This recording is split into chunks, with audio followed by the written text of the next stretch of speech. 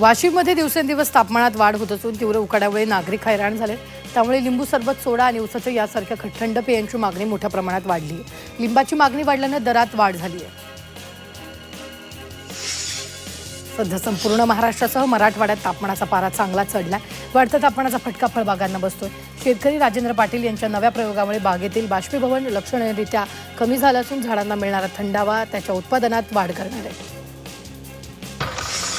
वाशिममध्ये 350हून अधिक शेतरस्त्यांची कामं अद्याप प्रलंबित आहेत। त्यामुळे शेतकऱ्यांना शेतात जाणं, मशागती करणं आणि पिकांची वाहतूक करणं अडचणीचं ठरतंय। उन्हाळ्यात या रस्त्यांच्या कामांना अपेक्षित गती मिळालेली नाहीये। पावसाळा जवळ येत असल्यानं ही समस्या अधिक गंभीर होण्याची शक्यता आहे। त्यामुळे पावसाळ्यापूर्वी शेतरस्त्याची कामं पूर्ण करण्याची मागणी शेतकऱ्यांकडून केली जाते।